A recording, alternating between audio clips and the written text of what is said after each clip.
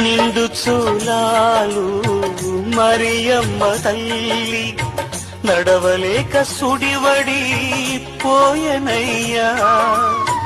నిండు చూలాలు మరియమ్మ తల్లి నడవలేక సుడివడి పోయనయ్యా.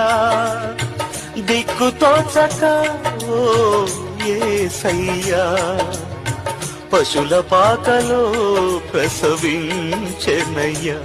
ఎంత దీనాతి దీనము, ఎంత దీనాతి దీనము ఓ యేసయ్యా. నీ జననమెంత దయనీయమో